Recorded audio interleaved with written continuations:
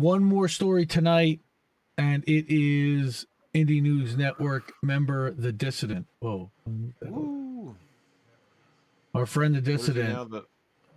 The leftist dissident. What, I forget what he changed it to, but No, it's still Leftist News 12, but I don't think on Twitter. That's you what don't it see a is. David Lynch icon anymore. I think you see No, this he definitely this upgraded that Dissident little icon, logo.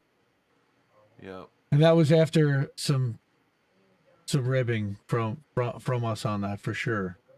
But sometimes it seems, again, Russiagate, saber rattling for Russia getting scary. Russiagate will never die. So the newest propaganda from the State Department comes in the form of a report on Kremlin-funded media. And this is the State Department report about Kremlin-funded media. And it specifically puts up this graphic Sputnik, about RT, the web of networks and how they are influencing. Okay, oh, gosh, how they're this gonna report will be used to influence Russian. silence dissident media.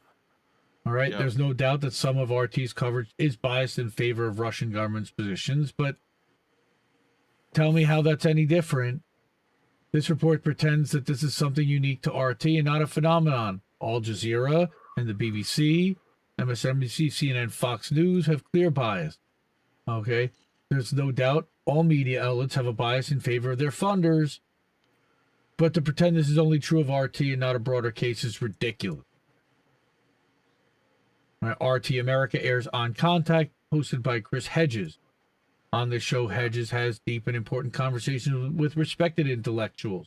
Noam Chomsky, Cornel West, Richard Wolff, John Pilger. Richard Wolff. All of them respected in their own right, and Hedges respected in his own right. Not but like 20 years ago. Like, not even that long ago.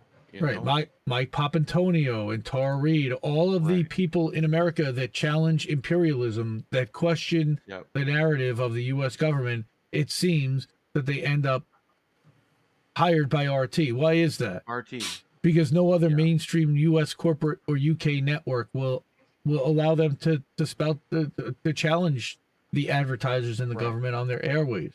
Yep. Okay. Well, it's because America controls so much of the media that, like, that people are afraid to fall out of line with it, right?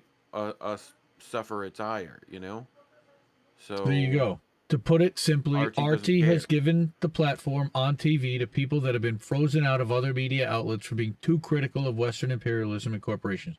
He says it better than I could. Yep.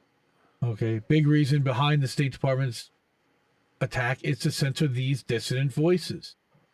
Lee Camp, Chris Hedges, Julian Assange, Nico House, Richard Medhurst. They're all part of RT. Yep. Okay. Of course, Assange is being tortured in Belmarsh. Free Julian Assange. This report is part of the State Department's propaganda campaign against Assange to demonizing him and distract from the fact that the U.S. is persecuting him for his journalism. Not just prosecuting, but persecuting. The idea that he has a connection to Russia was completely debunked by a Yahoo News report on the CIA's attempt to kidnap him. And that reported that they admitted they had no evidence tying Assange to Russia. Doesn't matter. That's what they're going to put out there. All right. There was also an analysis done by VIPS, which is a collection of dissenting U.S. intelligence officials that found Assange's source would had to have been a leak, based on the fact that the file allocation table, right? Could not have been transferred to an external source. Would have to have been transferred to an external source. Yeah, that's, right. That's Furthermore, Bill Binney talking about that, right? CrowdStrike admitted under oath that they had no evidence that Russia stole emails from the DNC. Yep. Okay. The TV show you're talking about, The World Tomorrow, is a wholly independently produced TV show here in London. Dartmouth Films. I mean, it's unbelievable. And then finally, again, true claims labeled as Russian propaganda. And of course, we love the labels that get put under every single Lee Camp video, under every Tar Reed thing, under everything from the Soapbox, which also is part of Mafic Network. They say the 2015 Sputnik put out 2 articles saying the U.S. is protecting and supporting jihadists in the Middle East. This is an undeniably true claim, but yet we're not. It's blocked and it's listed as a falsehood. Right. Yeah. Spent billions of dollars arming and training rebels. Well, and it's just brushed off as Russian disinformation, right? I mean, it's you know, so I mean, it's how we all get called Russian bots if we talk about E- any of it. Every second. I mean, So, how often have yeah, we all been called Russian bots? yep, All right. Then again, this is also a claim here. Russian propaganda. They also claim the idea the U.S. backed coup in Bolivia for access to lithium. Right. Yeah, Except that we'll coup whoever we want. While there were many reasons the U.S. backed the coup, there is no doubt one of them was to grow profits for electric car companies like Tesla. For sure. And then, of course, there's the whitewashing of the U.S. involvement in Ukraine, and there are white supremacists, I believe, that are involved, neo-Nazis. Yep, here we go. The State Department also claims it is a false narrative and Russian propaganda to point out that Ukraine has a neo-Nazi problem. right.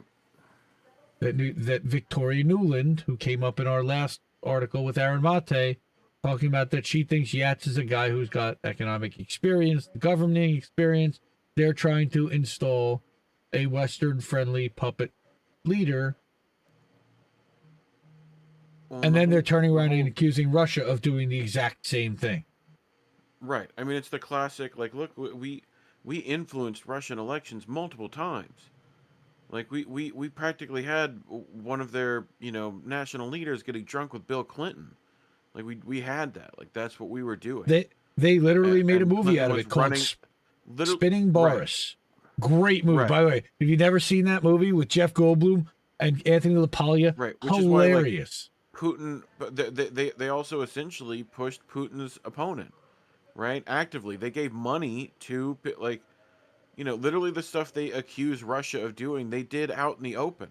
Oh, Like Navalny. I mean, they've been aiding and abetting right, Navalny for years, and they would like to see, NED and Clooney Foundation, and they've been oh calling god, Navalny a dissident, but he's no ally of no, ours. So again, this report is a clear propaganda piece from the State Department to censor journalists at RT and Sputnik, demonize Julian Assange, and label dissent as Russian propaganda. This has been the goal of the Russiagate conspiracy since its inception. Politicians on both the left and right have been accused of being Russian agents for questioning official U.S. policy narratives. Alternative news sites have been deranked in the algorithm because they were falsely labeled Russian propaganda by groups like Propernaut, like the Gray right, Zone.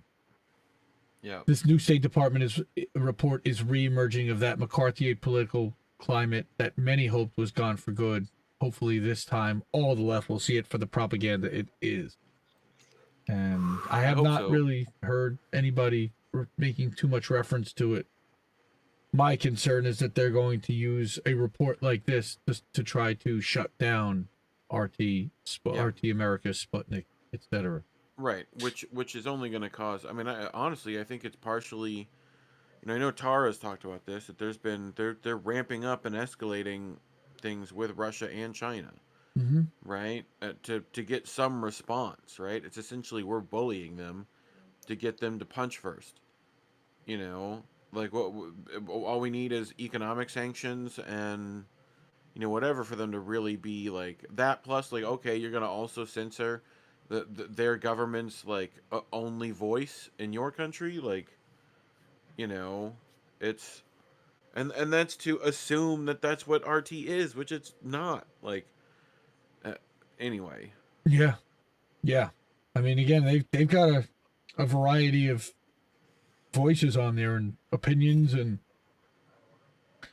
the one thing I will say in helping to assemble a network is you've got to have that variety of opinion. Otherwise, it just becomes an echo chamber bubble, and you want to bring in different ideas and different perspectives and different yeah, viewpoints, and you don't want everybody to agree on everything because not everyone has it figured out.